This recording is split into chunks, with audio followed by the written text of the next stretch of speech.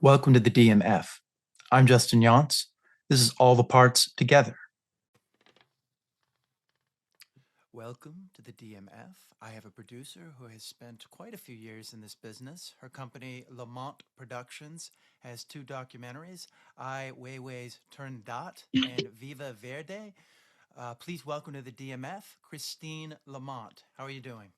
I'm great, Justin. Thank you. So great to be with you today. Absolutely. So my first question is, where did you grow up? I grew up in Buffalo, New York, Oh, one wow. of the snow belts actually of New York, and loved growing up on the East Coast. It was wonderful. It's a beautiful city. We're close to New York, close to Mm, Canada. So I spent a lot of time in Canada during the summer, especially at the mm. beaches there, and also in Toronto. So I had a really nice youth group, went to all convent schools, all girl convent Oh, schools. So wow. that was also very kind of interesting. I had four brothers, though, that kind of counterbalanced all of that. So it Very was good. good. I can No imagine. sisters, except my Yeah. sisters at the convent school. Were you always interested in the arts? Absolutely. Yeah, I was. I remember as a young girl going to my grandmother's for where I heard opera all the time as she made her sauce on a Saturday morning for Sunday. Yeah. And I remember after lunch, we would have a 2 o'clock lunch, and then I would beg anyone to take me to the cinema. I was 6 or 7, Yeah. and then I would beg them to stay for the second showing because I needed to see it twice. And I just loved being immersed in those worlds, those interesting, mysterious worlds that were created with color and sound, and these worlds that I knew nothing about, but was being educated in a way. So, yes, I always loved film and TV, the arts, always going to museums. I was lucky. There were great museums around. The Albright Knox in Buffalo is one of the best for contemporary art. So Yeah. I was very fortunate to grow up in that milieu. Do you think that helped you with, being in this world of film? Yes, I do, because I think you get trained in a way, your eye gets trained in a way to see what's beautiful and what is elevated to museum level art or to film, whether it's animation or whether it's a feature. So yeah, definitely. And I think I had some good mentors along the way, some good teachers along the way that kind of helped. I remember it being in college. I wasn't really someone who joined groups. I wasn't in a sorority or anything, but I there was international film night. On Friday nights they would show Ah, these great films. yeah. And so I immediately was a part of that. So every Friday night I would see two foreign films, like so it would be Yokimbo or Ooh, Wild Strawberries yeah, or yeah. Tokyo Story or my favorite, Black Orpheus. So I was All right. stimulated and inspired by these films. Also to travel. So it inspired me to become a part of the arts, to work in the arts, and also to travel to all these places where these cultures were so unique and unusual. The language, I was a French major, but when I lived in Japan, I studied Japanese. I lived there for almost a year Oh, at a wow. Zen Buddhist temple, and I studied Japanese. So I saw Kokuho, which is the Japanese entry Mm. for this year. I was at the screening with the director, and I was able to talk to him a little bit in Japanese. And I just love being immersed in those cultures, just like I love Yeah. being immersed in those films. So like Seven Samurai, Francois Truffaut, That's right. those great. Those are such Oh, great, you have a great love for films. those movies as well, I Oh see. yeah, yeah. No, Yeah, I love Yojimbo. That's yeah, such an awesome yeah. film, and yeah, I wish we could get more people to watch these films. I feel like if the foreign market is it's starting to expand. Like I never thought the anime market would be a big market, and that's starting to be a big seller because they're starting to put in those Mm, in the theater. So I don't mm. know. Anything's possible. I just think it just takes, I guess, the correct marketing. So where did you specifically go to school? I went to Mount St. Joseph's. Hmm. So it was St. Joseph Nuns in Buffalo. And then I went to the University of Buffalo. As Hmm. I said, it was a French major. And then I moved to Aspen right away. And I lived in Aspen and was there. I was a little bit of a hippie, a flower child, and skied. and Yeah. had a great time. There's no TV, no newspaper, so it was Yeah. total the reality that we wanted to create there, and that was Yeah. pretty special. And actually, it was one of my first producing jobs because I produced the Beaux-Arts ball. It was this Oh wow. costume ball for Halloween, and that was really something with a band and Yeah. great catering, and it was at the Hotel Jerome. It was a landmark event actually that Yeah. goes back. Yeah, That was my it continues. I think they're still doing it today. I'm not sure, but it was pretty good. that was my next question. How did you kind of get into producing? Well, I was a studio executive at Universal Disney and Orion, Yep. and I spent most of my time, besides marketing, with the directors and producers. That was kind of my choice Mm. because I felt like I was learning at the feet of the masters. And Yeah. seeing a film, when you create marketing materials, whether it's a trailer, whether it's TV clips, Yeah. or even a poster, you have to really understand the essence of the film and the special moments. So you would see a film 100 times, literally, Yeah. over and over and over to get those beats to take out, to extract the select moments that are going to either inspire or encourage someone to see the film. And also for niche markets, so you would do it for different markets. Yeah. So I love doing that. Yeah. It was always a great thing for me because I learned so much, the mastery of sound, of color, and of acting, obviously, and of directing. So Yeah. you can see right away. You can see through things right away. I see a film right away, and in 2 minutes, I know. No, Exactly. is this going? Well, I give it more than 2 minutes. I do the same thing with books, though. Maybe I'm not that fair, but you can usually tell. But no, do they have it? Do they have something to really bring Yeah. me in? Yeah. So I love doing that. And then, so I was working at, as I said, Universal Disney and Orion.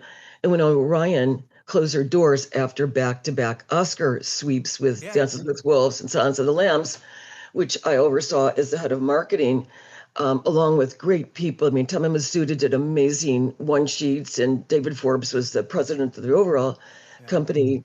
All, Bev Weinstein did the ad buys. So there was a great group. There was not very many of us, 8 people. Yeah. Honestly, it was a very skeletal crew compared, especially compared to the studios. When I worked at Universal, there were hundreds of us, and Disney too, hundreds of us.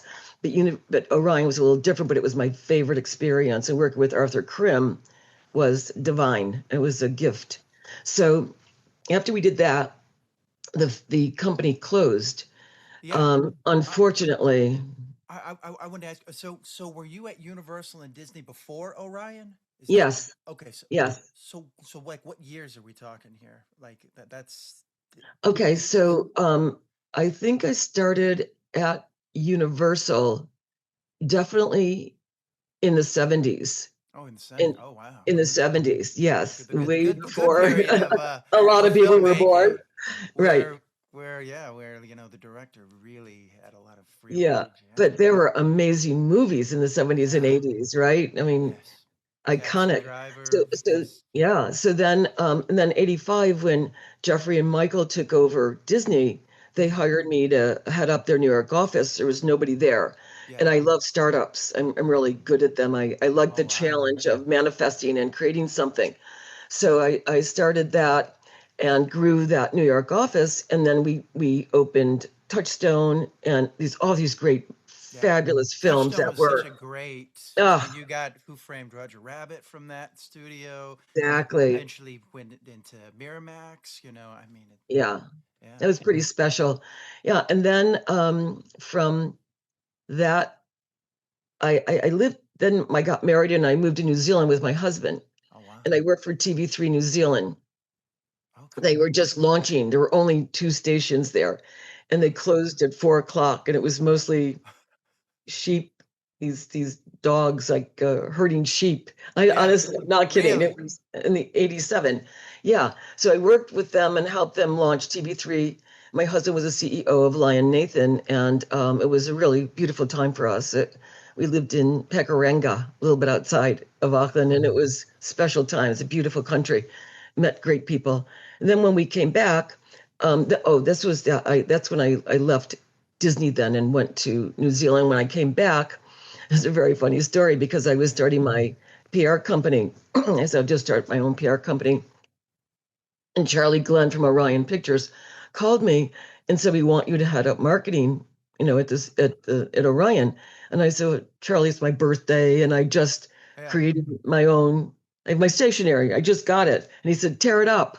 And I said, okay. So saying yes is a big part of moving forward, I think, in a career with things that appeal to you and are attractive, but that you might not even be ready for, right? To head up so that was kind of interesting. So that's when I went to Orion. Orion closed, and then I became the producer of the Mary Lou Henner Show TV, one of the producers of that. And that was great. It was for a year. And I love TV because it's quick, it's fast. Jane Ubell and I were partners in producing. There were a few other producers as well, but we brought in a lot of the talent, and it was exciting to go that quick pace. I like that. So that lasted for a while. So when you went at Orion, you were there when they were doing Science of the Lambs. So you were doing that marketing material. Yes. So you were around when they came up with that, iconic poster of the butterfly in the mouth. Yes, that's Tommy Masuda. That was her genius. She did beautiful posters for both. One sheets on both films. They were for Dances with Wolves too. They were very unusual, really beautiful. And today they're classics, both of them. Yeah, very, very interesting. Yeah. When you guys were looking at the marketing for like a Science of the Lambs, how did you guys see it? Did you guys see it? Were you kind of teetering between horror? Some people consider it a horror film. I consider it a thriller film, but was that something that you guys playing around? Because it's two different audiences. It's really interesting, Justin, because you work with the director, and I remember Jonathan Demme was just an amazing, fabulous guy, and he would come to our marketing meetings, and one day he came in, he goes, okay, we're opening February 14th on Valentine's Day. We said, okay, it's a little bit of a pivot here. This is going to be a love story and a Valentine. So we shifted our thinking, and that's how we promoted it. It was a bit of a love story between Jodie and Anthony in a way. I mean, it was this back and forth, and it had humorous elements to it, and obviously it had horror, and it was a beautiful book that was written and based on that. So working with directors is very interesting. They have a vision, obviously, of how things can be marketed, and especially when it's someone like Jonathan, who comes with great energy and great ideas, and he has a vision. Okay, let's go. And Orion was one of those companies where weren't a lot of hierarchies. Arthur Krim, right, and Eric Pleskow, David Forbes, and then us. Tommy Masuda, me, and Bev Weinstein. And we had a springboard that we did all of our materials. So whether it was advertising, marketing, or ad buying. So it was very, as I said, just a few of us narrowed down. And it was actually, you could go a little faster that way, which is always good for me. Yeah, because sometimes they have so many, levels, and it's like to get a final answer, you got to go through this person, exactly. This person. It's like sometimes it's best to just know who you need to talk to, and then exactly get it out there. So you were there like to the end of Orion. Yes. What do you think led to the end? I know a lot has been written about that, but I'm just curious. Well, I really think one of the best films there, actually, besides Silence and Dances, was I'm trying to think. It was the book was called The Westies, and the film was Sean Penn, Robin Wright. That's where they met. Gary Oldman, and it was called. Oh, help me out here.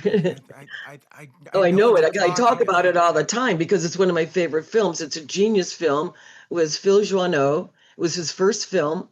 And Arthur was very generous with directors. He believed in film. He believed in Phil and the film.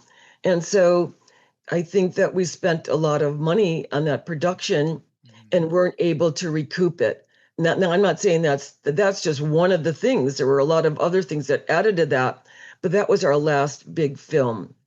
Yeah.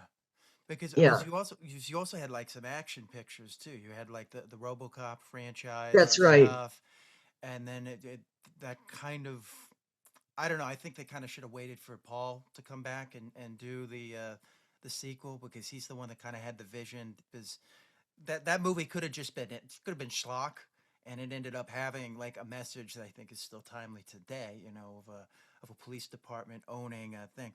But I don't know. I just always think of Orion because they have Annie Hall at one point, uh, or no, that's United Artists. I'm thinking about United Artists. But I don't know. It's sad that company just kind of went away. You know, Orion. I know, and it was one of the companies that people cheered for and loved because it was doing these gems, but Yeah, it was a mini studio because we didn't have a lot or anything, yeah, but it was one of those companies that people were always eager to see what was next from them yeah, because they were original films. They were unusual. Arthur took, as I said, Arthur and Eric took, and Mark Platt was the head of production. yeah, Before that, Mike Medavoy. So they were, they took chances on artistic vision. And they came out, as you said, with all these really unusual, great movies, yeah. different, diverse films. I remember doing also um, God, there were so many great movies there. It was just a while ago. I can't bring them Yeah, up. no, no, So, no. We're talking about like '93. I mean, it's just yeah, we're going real 91, back. 92 is when Yeah, I was there. Yeah, yeah. yeah, But that's just interesting. Okay, so now let's go into, you create Lamont Productions. right. How did so? Was there something that you were seeing in the industry that you felt was not being met, that you Well, wanted to bring to no, your? interestingly enough, things really kind of come to me. I work very hard and I'm Mm, always ready and say yes to a lot of things. yeah, So things were coming to me. And I remember Gary Goldstein had a play. yeah, And I said, I love this play. Let's get it out there. And so I produced it. And we had an incredible run. It was Three Grooms and a Bride, mm, about a couple, heterosexual couple getting married, and then a gay couple, two guys, that said, well, we want to get married too. Let's yeah, see if we could do this. But it was unusual at the time. It was 2000, maybe two or yeah. That's one or two. before It's like way before. before is like Oh, really when yeah. it started to hit the Yeah. headway of like, Yeah, it was we ahead can of do its this. time, but it was a really sweet, wonderful comedic turn.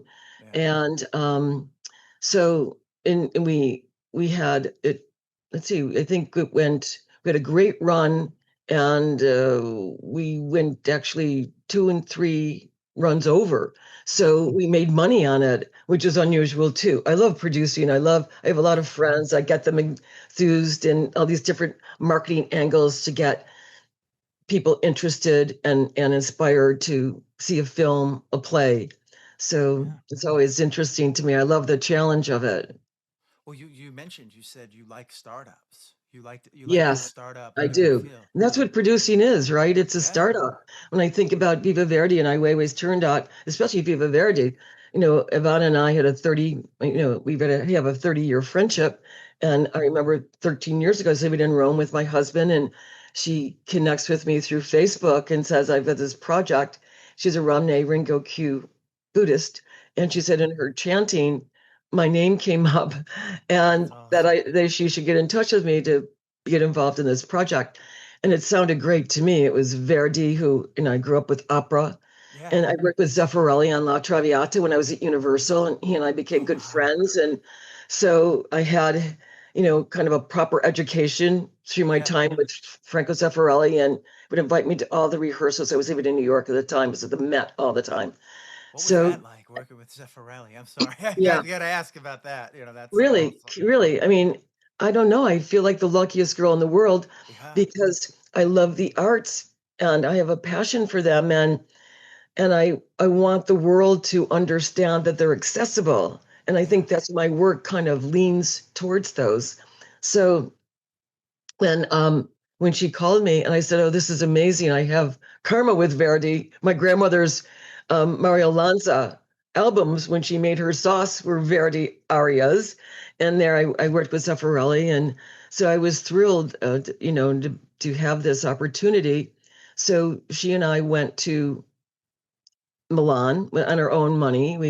We got permission, started filming a development reel, created a development reel, raised some funds, and just continue on. 13 years later, we are Wow, on the Oscar Academy portal, and Oscar contenders. The shortlist is announced on Tuesday. We'll see what awesome. happens. I Yeah, so that was really a very right from the very beginning, and then Yvonne and I did a paper cut, wrote what we thought we could see after meeting these residents there, and then brought on all these great people, editors, and Nick Pike did a beautiful song, "Sweet Dreams of Joy," which is also up for Best Song right now. that's awesome. So yeah, we put together a great team, and I think our film is really touching Yeah. a lot of people. It's relevant. It has hope and inspiration, and people identify with it. It's a universal music. Yeah.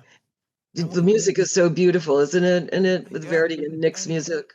and I love the fact that it's showing that this is what we can do with the arts. This is something we can put money into the arts. We don't have I love that idea of this place for for older people to Right, still who are suffering but can using music right, to bring that out of them. right. And how creativity and music can last forever. This Yeah, is their third act of life, and they're still jamming at 80 yeah. and 90. And And how exciting is sounding that, great. right? I love that. When I was Yeah, at the very end with the woman who's singing the aria, and I was just like, wow, even at yeah, that age. I mean, she right, stops because she's tired or whatever, but it's amazing. And then showing them partnering up with younger people, showing exactly. them that I thought that was I I was like, we can take a lot from that, and Yes. we don't do enough of that kind of That apprenticeship. intergenerational exchange is so Yes. exciting to see, Justin, to see them walking, the younger generation and these old masters walking arm in Yeah. arm and discussing head to head about life, about philosophy, about music that they're both obsessed with. How beautiful is that, Yeah. right? And as Massimiliano says in the film, you can't learn this in a book. Yeah. At Casa Verde, it's given to you. The torch is passed with Yeah. love and passion and understanding, and it's a Yeah. beautiful thing to see, and it really is a blueprint that all of us in Yeah. life can incorporate, whether we're at home or in a retirement home. Yeah. Definitely for retirement homes to have more young people there. Yeah. Well, it made me think about back in New York, they had like apartments specifically for artists, struggling artists. Now they don't have Right. that anymore, but like it reminded me of that. It's like we can help each other Exactly. and go back and forth. So I loved that message. I thought it was a beautiful film. So I'm glad that it's because I think it will resonate well with it's filmed beautifully. I I Yeah. think it will resonate with a lot, especially in this time period that we're in, where everything's so Yeah. divisive. This is a film I think that can bring a lot of people together and go, You're so right. you know, And Justin, we're getting so many calls. We've done a very robust film festival run, and we're yeah, getting calls from opera houses and from retirement homes and community centers to show the film. So, talking about these hybrid ways of getting films out, that's one yeah, of them. When there's not a lot of theaters available, art house theaters available to show these films. So there's ways of doing it. And AARP, is doing a holiday virtual screening next week, December 17th at that's 8 awesome. p.m. Eastern Time, for free, just by signing up Oh, on their that's awesome. website. Yeah, so That's anybody so can good. see it Yeah, right now. that's so good because I when I watched it, I was like, yeah, people need to see this.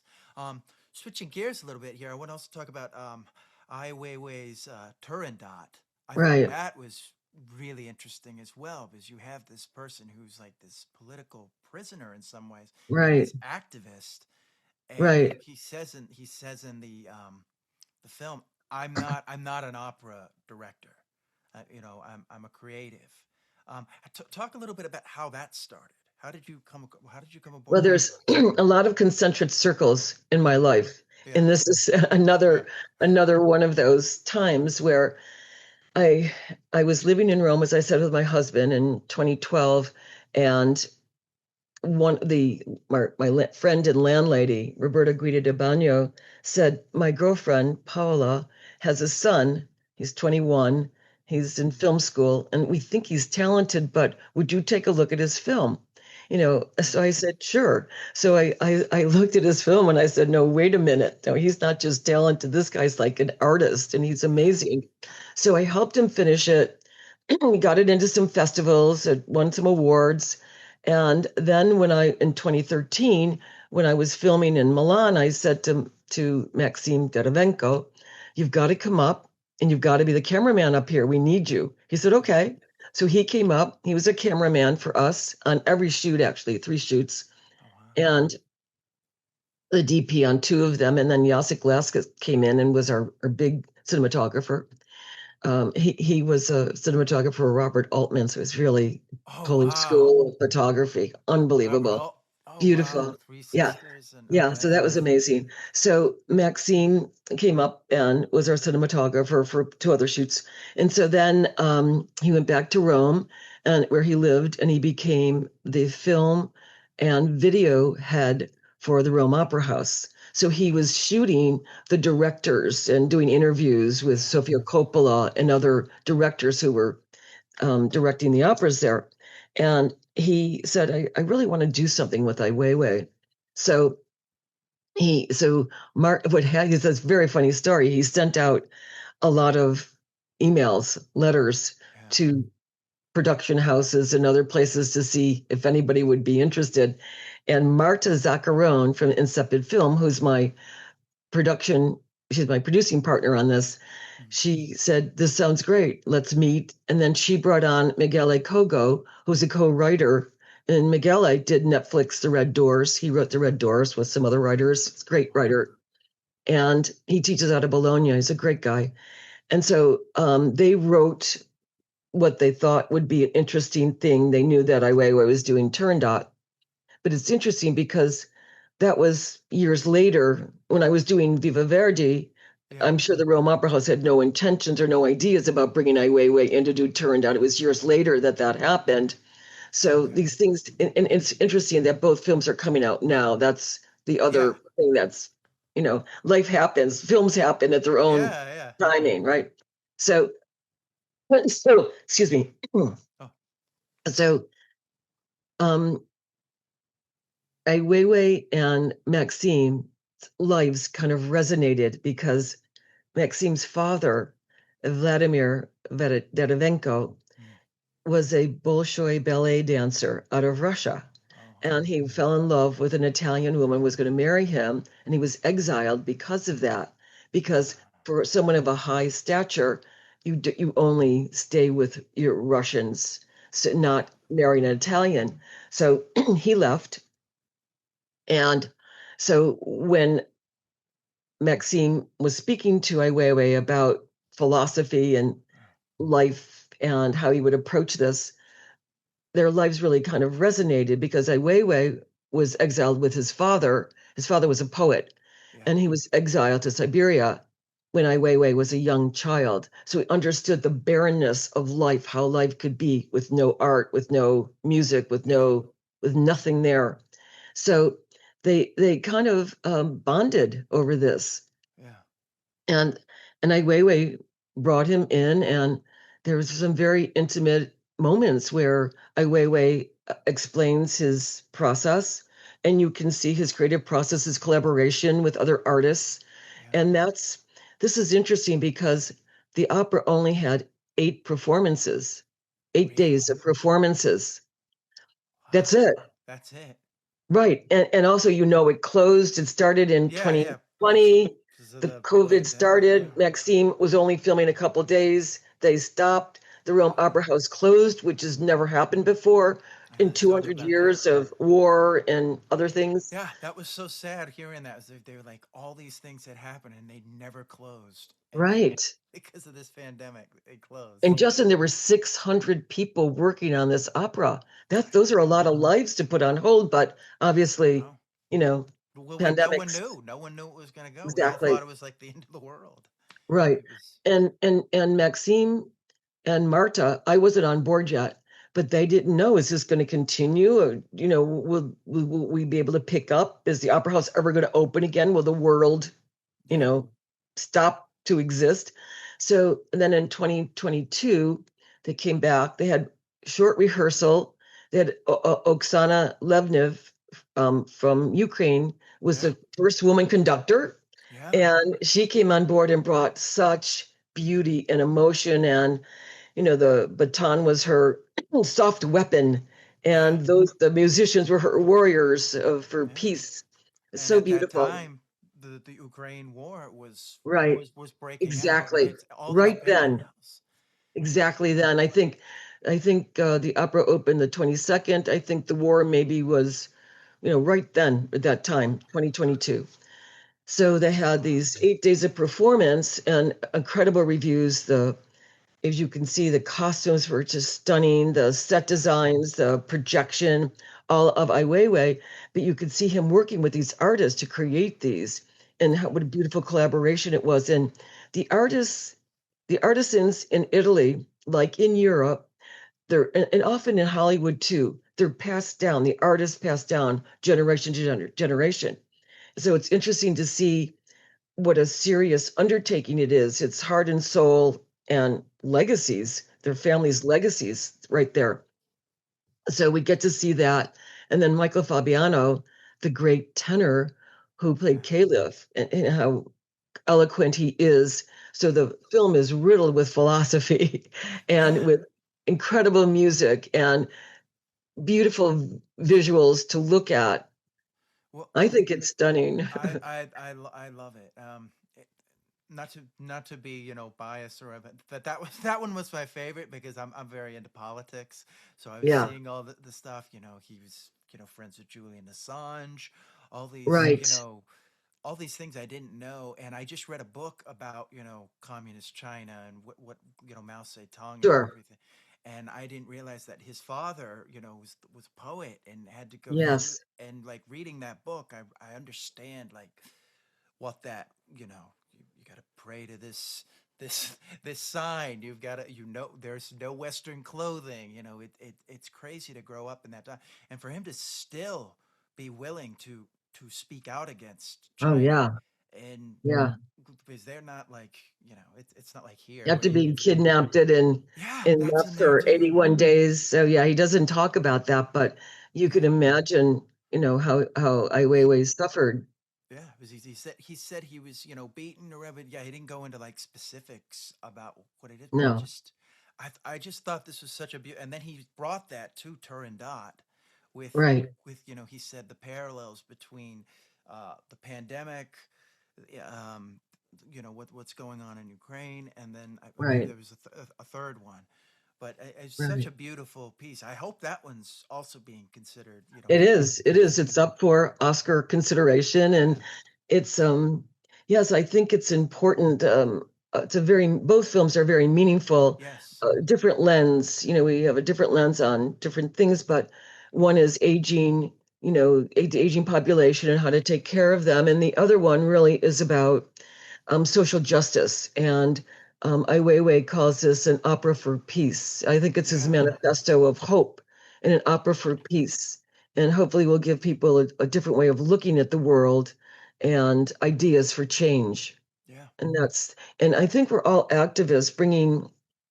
I brought on Andy Cohen as a hmm producer, and then Andy brought on Julian Lennon, another activist, and then I brought on my friend Marcy Polier as executive producer. All activists, all understood how meaningful this could be to yeah, put a spotlight on the world through art, through yeah. opera, through another medium.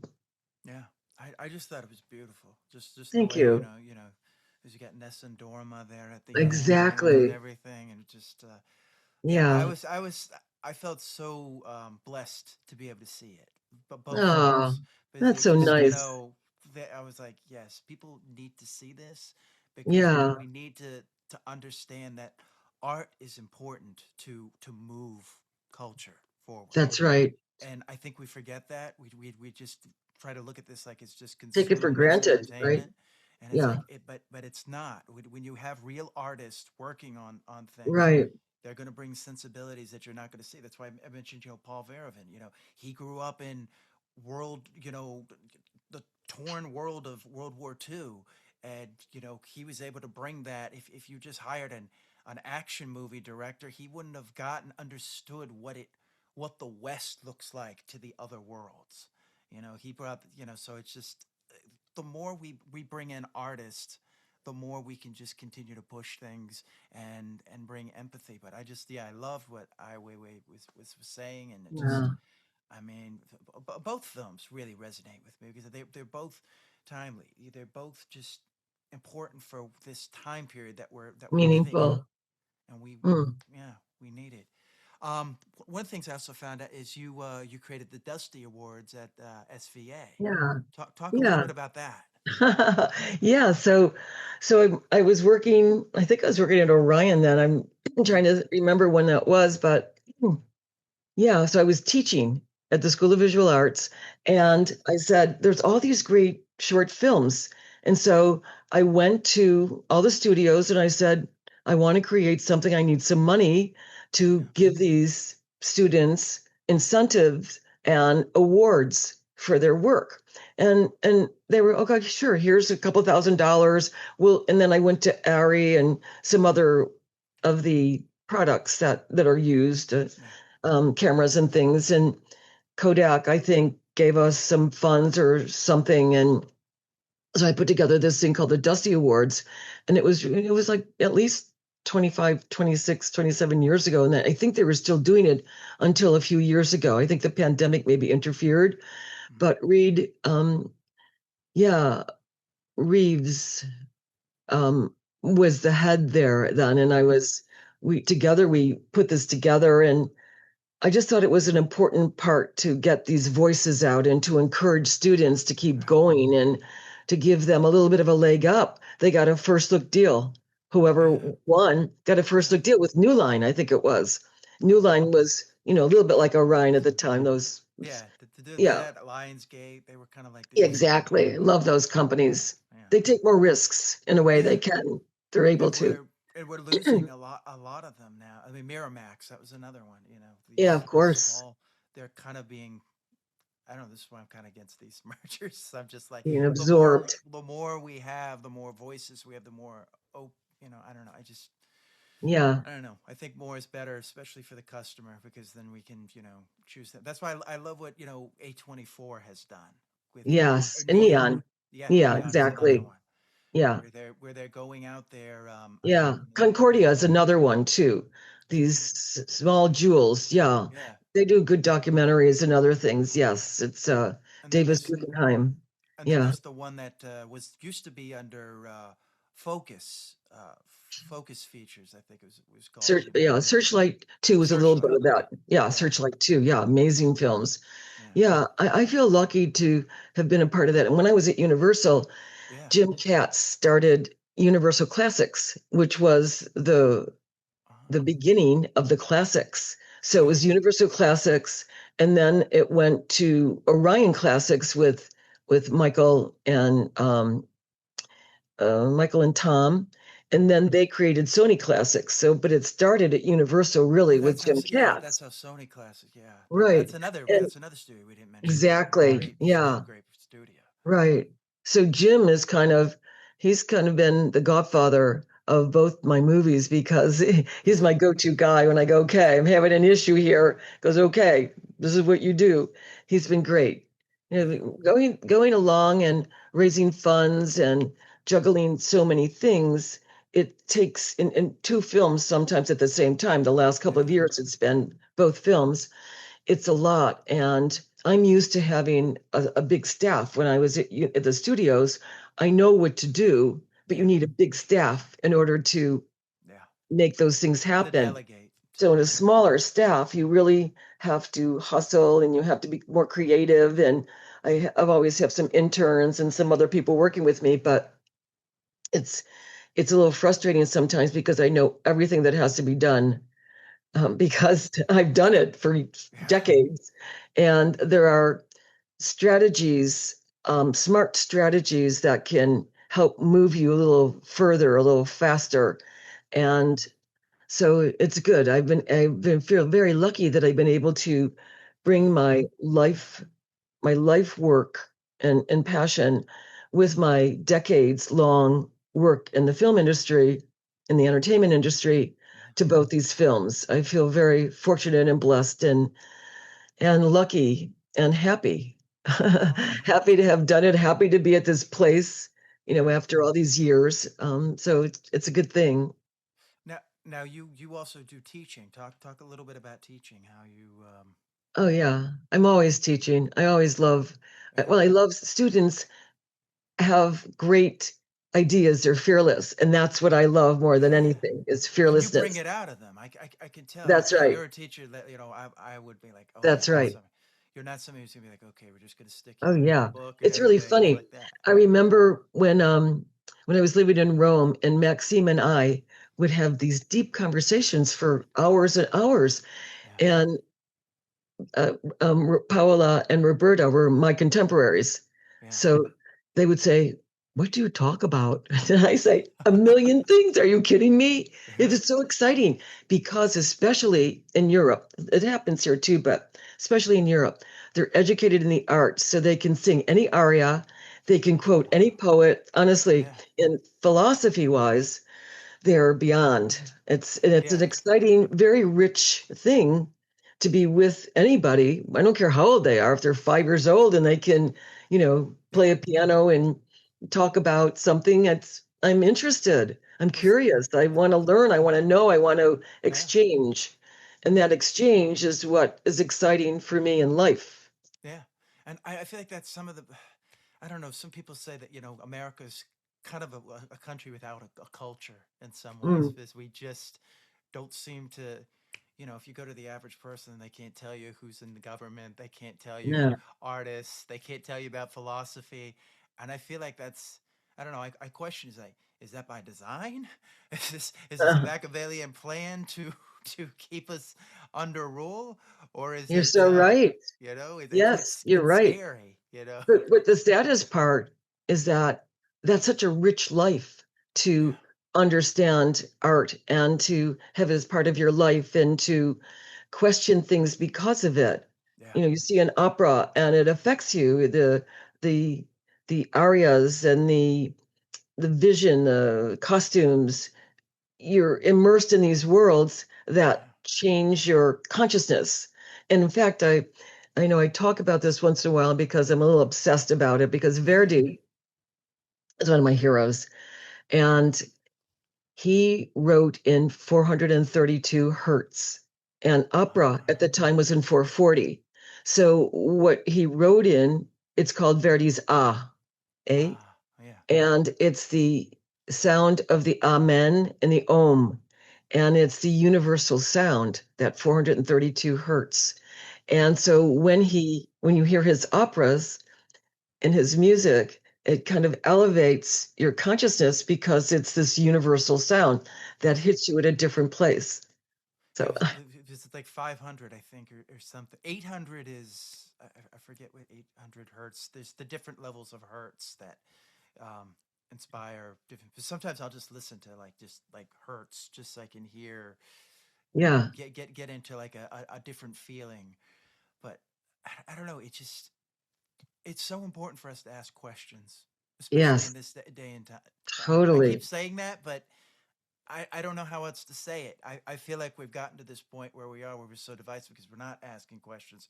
We're not, looking at things from a different lens. We're kind of just going here. I'm hoping my generation and the next generation are going to start going, we need to start looking at some of these problems that are coming down the Yeah. pike now, not We need some leaders. later. Yeah, Some leaders, new leaders. leaders. Yeah. With new From your ideas. generation. you that know? are going to really step forward and take charge and lead us in another direction where Yeah. there's equality, where there's Yes. social justice, where there's the arts are appreciated, all those things, and artists are appreciated instead of banned. Yeah, that's And my fear right now is we're losing yeah, egalitarianism. People, a yeah, lot of people don't now believe that people are equal. And anyway, it's like, how do we get to this point? You know, we need to put culture into there, and we need to start looking at this from a different lens, so we're not just going back. I don't. It's amazing because we history goes in cycles, and we almost have a mm, cheat sheet of how things are going to go. And we seem to yeah, never want to learn from history. We always want to go, it's like, how did this happen? And like, well, look at this part in history. exactly, Look at this dictator here. Look at this. Like, this stuff all happens in cycles, and there's similarities to each one. And we never seem to do that. People seem to get swept up in propaganda. And that's why I'm saying reading, I think, is the thing that we're losing. We need to read as much as possible. But sorry, that's me on the soapbox. no, I agree with you 100%. So um, what is something you would like to do that you haven't been able to do, whether it be a specific film or a story you would like to see be made into a film or documentary? This is kind of an open question, but yeah. well, my husband wrote a book called Justice Deferred. It was Mm. picked up by Warner Brothers, and now the Yes, I read rights, about that. Yeah. yeah, the rights are back to me. And I would like to get that off the ground. And Laura Curran is on board as our script writer, and so I think I'd like to get that out as a feature film and maybe Yeah. a series, a 2 or 4 part series. And I think I have a few books in me, All so right. I'd like to do a little bit of writing, a little Excellent. philosophy, a little bit of spiritual something. Yeah, no, we Um, need that. We need yeah, all that, yeah, as you're yeah, saying, in this time period, but it's true. yeah, I don't know how else to say it. We need as much right. inspiration as possible to inspire people. Could you tell us a little bit about that book, of what it would be about, a little bit, just a synopsis? Well, I think it's probably about saying yes. In my life, I think I've said yes. And I know that a lot of people think that no is power, but to me, yes is the power word. Yeah, And I've seen amazing things happen when you say yes to young people, yeah, even if you have to mold it around so that they're safe and yeah, everything yeah, works out okay. But yes is much more important than a no. So I think it's about the times that I said yes to things. I was asked to direct this a couple of readings, but they were plays, and people were dressed in costume, but and I said, absolutely, sure, I can do yeah, that. yeah, Yes, yeah, yeah, yeah. yes. Yes. And then I talk about this great book called The Journey of the Everyday Hero, and it's about accepting challenges and they're all the same, whether it's all the legends are based on the same thing. There's a you that happens. You're going along, you hit a wall for whatever reason, a challenge, the gauntlet is thrown down. You have to go down. It's always a little bit of a down, and then you get information, you get people to help you, you do research. It's work. Yeah, And then you go up, and then you're much better for it, stronger, and continue on your program, your way, your path. And it's written by 2 therapists. And I love this book. I read it a long time ago, but I think about it often. And I read recently, when things happen to you, it's not that it's happening to you for the wrong reason, it's yeah, happening for a good reason. You yeah, have to just get through it. And getting through things in life, we all have to do that, whether it's physical, mental, emotional. yeah, We have to somehow get through it. So finding reserves, whether it's through meditation, through prayer, for whatever works for you. Um, I happen to have a strong belief. So I'm very connected, I feel, and it's important to me, this higher power, God. yeah. Um, so I look to that often and get strength and sustenance from that. Excellent. So I think I would incorporate some of those things in. Yeah. Just I enjoy writing, and this is part of what I do, along with other like walking meditations and things like that kind of keep me centered, and I feel like I'm on the right path for me. Excellent. Well, this has been wonderful. I've so enjoyed this interview. This is the part of the interview where I kind of give my like inside the actor's studio questions. So these can be short answers, they can be long answers, whatever, however you want to respond to them. What does actually that's not the right. Do you have the beginning of the day routine? Do I have a what? Do you have a beginning of the day routine? I'm sorry, I don't understand that. When you wake up, do you have like a routine? Like Oh. when you wake up? Oh, when I wake up, it's not, I don't have a regular routine. I always thank God for waking up, and I kind of dedicate or set an intention for the day, and I do that. That's what I do every day. But I work out twice a week. So I run to the gym very early in the morning, come back. I guess I don't really have a routine. I don't go to bed at a certain time at night. I don't get up at a certain time in the morning. It just depends, especially because I work with Italy a lot. So I'm up 12 o'clock when they start their day. I'm up working with them. And then sometimes I get up at 6:30 before they leave to work with them. And that's not a problem for me. I have a lot of energy. I don't mind. I'm able to, I don't know, I'm able to fit it all in. I'm happily able to fit it in, and I'm blessed to be able to do that. That's awesome. You kind of already answered this, but do you have a nighttime routine of like? Well, not really. I don't really watch TV. I watch a lot of films, and I'm a juror for a lot of festivals, and so I watch a lot of films. And also during Academy time, I'm on the international committee. I'm on the Student Academy Awards committee, so I watch all these films. They're like little bonbons to me. I adore that, So I get to spend time, different worlds, different people, diverse circumstances, and it piques my curiosity about life and gives me food for thought for other things. So it sounds solitary, but I often do it with friends or other people. So it's not a solitary life. I'm out doing. I go to screenings, Academy screenings all the time. I'm an Academy member for a long time, so I appreciate that camaraderie and association with my peers. Really important to me. I'm able to bring some of them in for the projects that I'm on. And that was Nick. I met Nick Pike at an Academy event and brought him on board for Viva Verde. And Kata Men, who was the great Kata Men, who was our consulting editor on Weiwei. So it's a wonderful, wonderful opportunity for me to be in LA at this time. Although I do think about moving to New York and to Rome.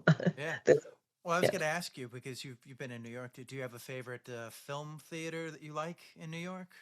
In New York, well, the Paris was always, one of our favorites to go to for sure.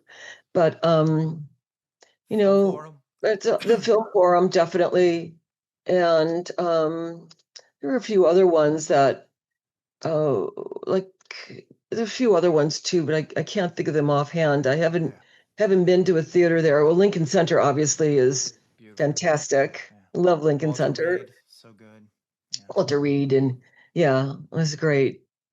Playing at Lincoln Center, so exciting because I've brought so many people to Lincoln Center through my studio days, including Jimmy Stewart and other people to play Lincoln Center, and for me to bring our film there was very exciting. Really exciting. It was great. And also, when we did Ai Weiwei, we had a screening here in LA at UTA, represents Ai Weiwei, and I was able to get Peter Sellers, the great Peter Sellers, to do our conversation with Maxime, the director. It was a full house. It was fantastic with a reception afterwards, and very exciting. A lot of artists were there, so a lot of conversation was very engaging and very poignant about life, about art, about work, what's important, what happens when art stops for whatever reason, whether it's the government, whether it's the pandemic. So it was very, very, very emotional in a way to see this happening from something that you're involved in. Yeah. Now you already answered this, but you said I asked, do you meditate? What do you have Yeah, I specific have discipline? my own version of meditation. I say the rosary a lot. I'm a rosary girl, but I also do a lot of walking meditation. So whether it's with my rosary or whether I'm just walking and meditating. But yeah, I think meditation is important. It's just the quiet time where you can just take a breath, especially, my life is full. I'm very grateful for that and very hectic because it's fine. I like it like that.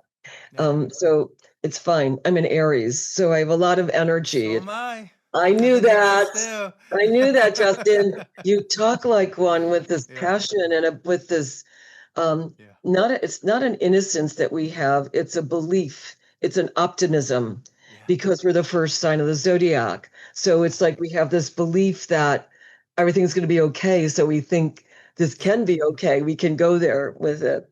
We're But I think we also, and we're kind of forceful a little bit. That's right, that force of energy. I know it's like, if you're not helping me, get out of my way. Exactly. Exactly. Oh, I know exactly what you mean.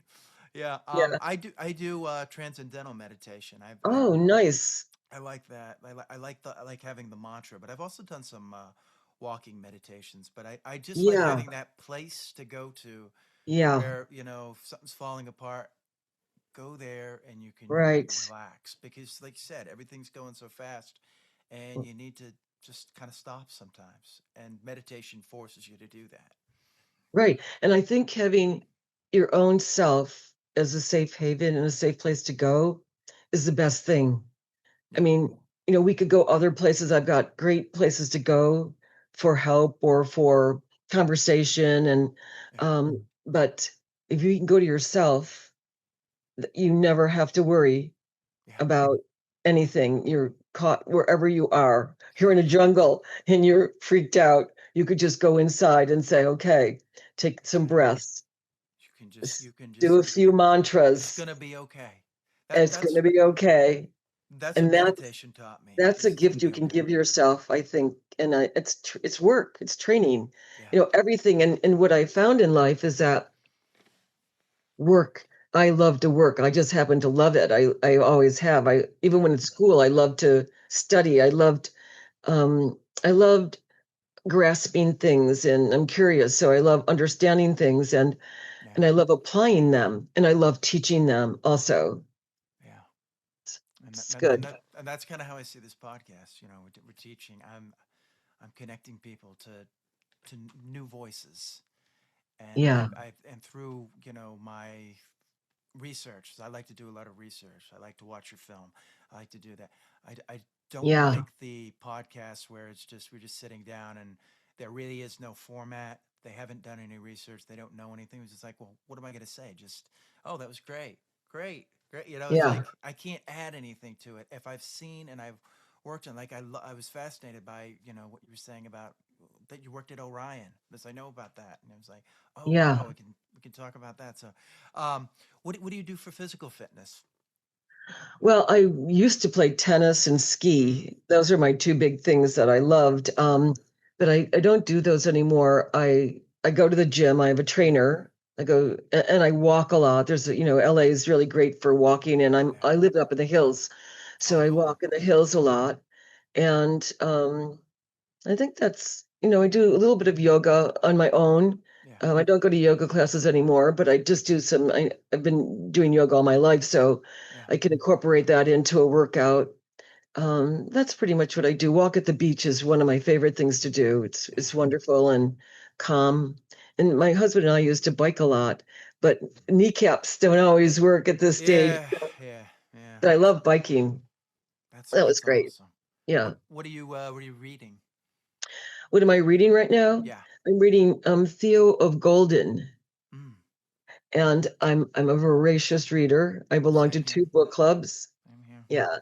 And they're like friends. I always have 2 or 3 books going at the same time. Yeah, And same here. when you too. Yeah, I've got so many books that I got to get to, and then I've got books that I have to read because I'm interviewing somebody. So I'm like, okay, I got to read that book, got to read that book, you know, because Yeah. I'm constant about that. Like, if you have a book Oh, out there, I will read your book, and you know, so that I can once again talk about it. You know, not just yeah. sit there and say you have a book.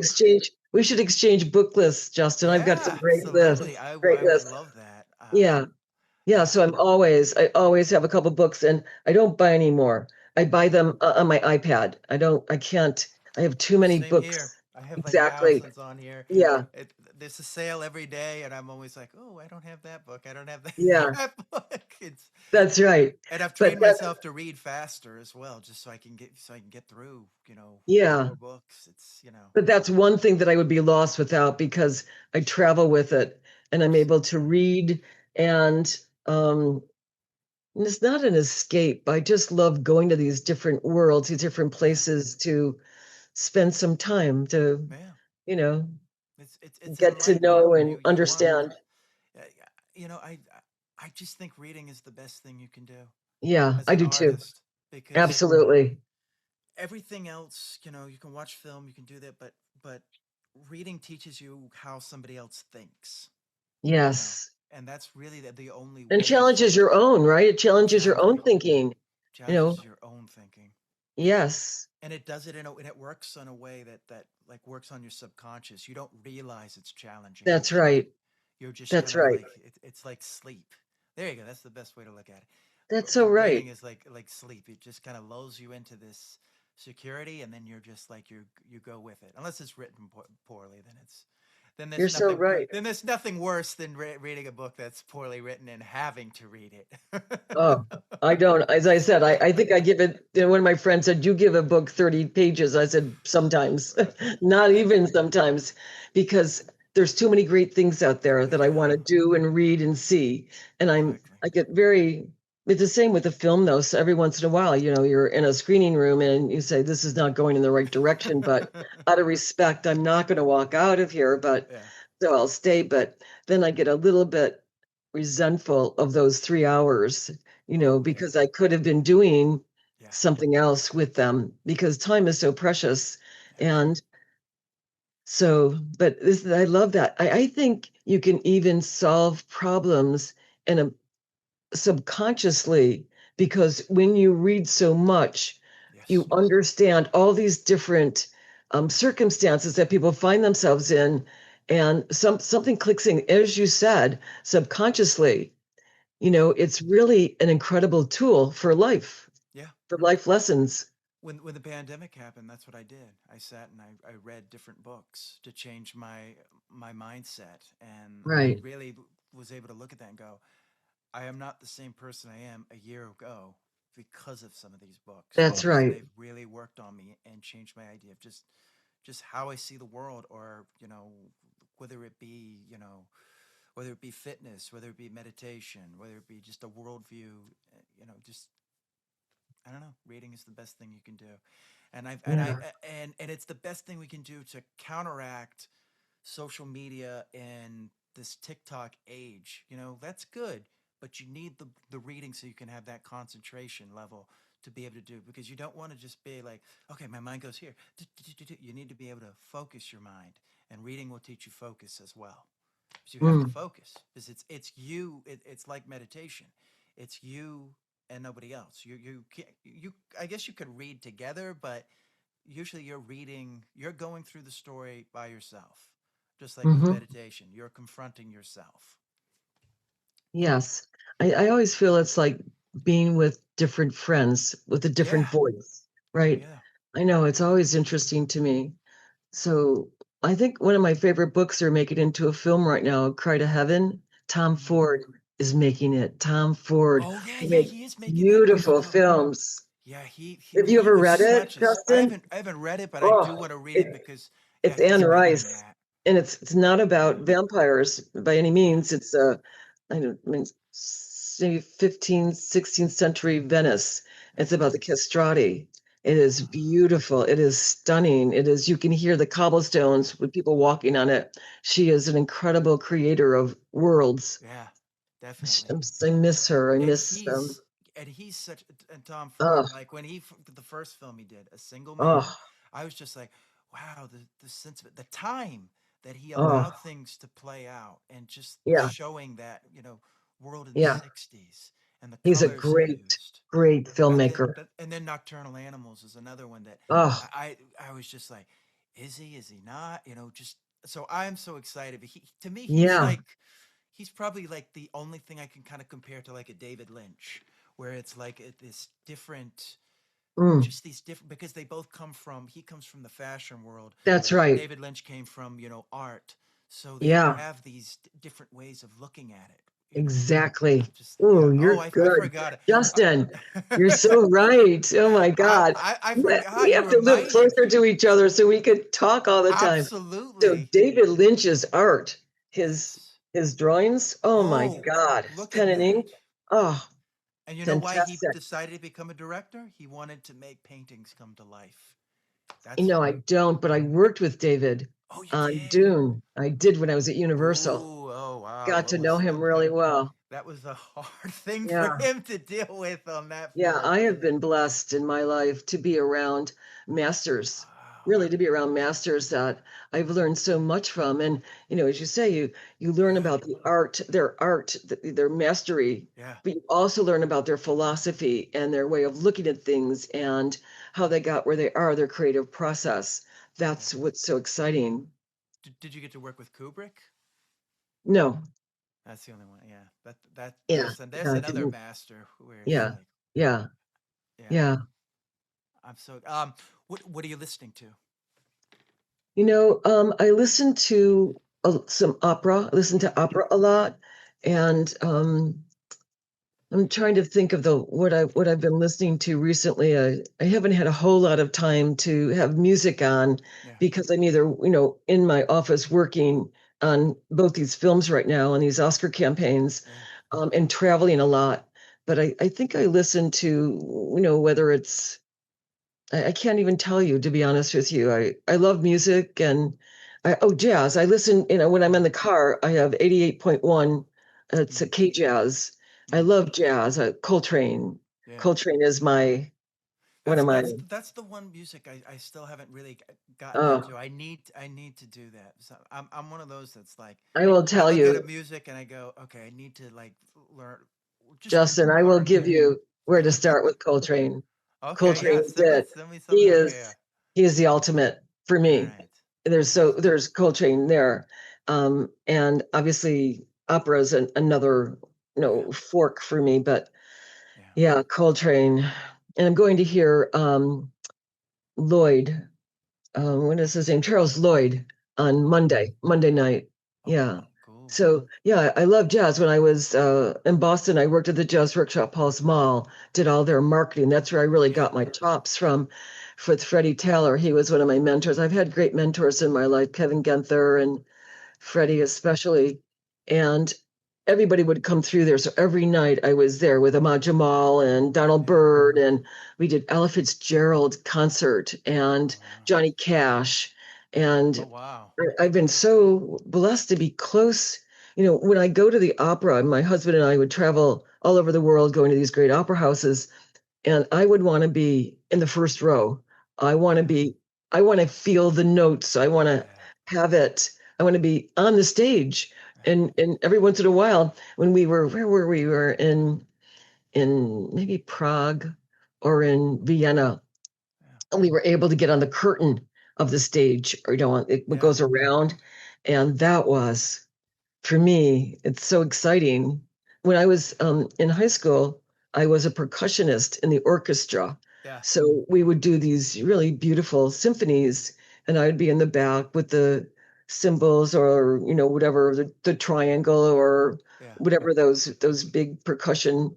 Yeah, I love that. But I'm one of those people like you that Yeah. wants to be in the middle of it I want to And feel it. That's why I don't really right. like, like modern concerts, because it's like I feel like everybody, they just got their phones out. They're almost not really experience. I want to experience it. When I Yeah. watch a film, I want to experience it. I want it to work on me the same way it Yeah. works on a book. I don't. Yeah. I sometimes have to like shield my eyes because I'm just like, there's somebody's got their phone there, and if I argued with every single person, I would, I would just be in arguments all the time. So I'm just like I saw Uh-huh. Lynn, the film that Jennifer Lawrence and Robert Pattinson just did, where she's in the house. I was just like, this is a film where I really want to experience it. Like I really don't want. I'm glad No I was here. distractions. No distractions. Yeah, I know. That's how I am with like music and everything. I wanna feel it. It's like Yeah. because what's the point if you're not gonna really Yeah. feel it? It's I just think passing the that's, time. for me, that's a unifocus that's been able to lead me or help me get through things. Yeah, When I'm working, yeah, I am really unifocused on something, and yeah, I am, my husband would call it dog with bone, because I do not stop. I do not give up. I'm relentless, and I just power through. And that's the thing for producers, we don't really often get enough credit for. yeah, We keep going no matter what. Whether a pandemic happens, you stop, but you keep going, and whatever it is, we are able to find a way through yeah. whatever it is that's needed, whatever problem arises.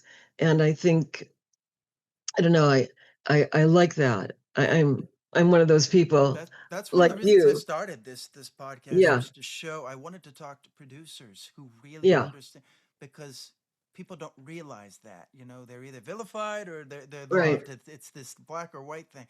And I want people to see the person in there, and then also the drive that you have to Right. do that, because when everything falls apart, the producer is usually the one that's got to kind of put everything Absolutely.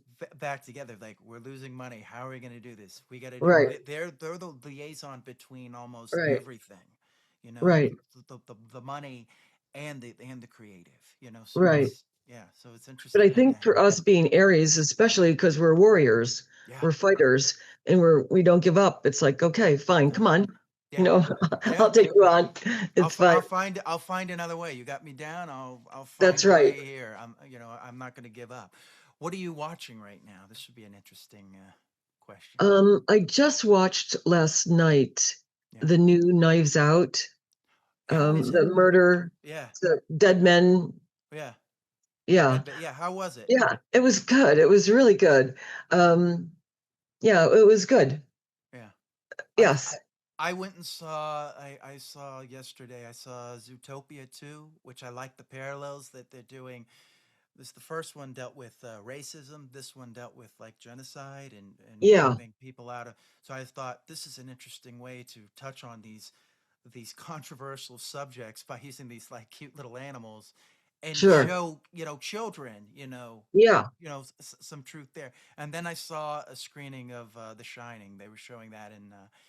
IMAX, and that was Oh, that was cool to see that again. I mean, that's I just bet. so And much. IMAX especially Yeah, incredible. I'm just like looking around. I was like, oh wow, she's reading Catcher in the Rye. Oh, I didn't know that. I'm like, I'm like reading all the books, because everything's so Yeah. lived in. It's Kubrick. Everything was put there for a reason. He was meticulous.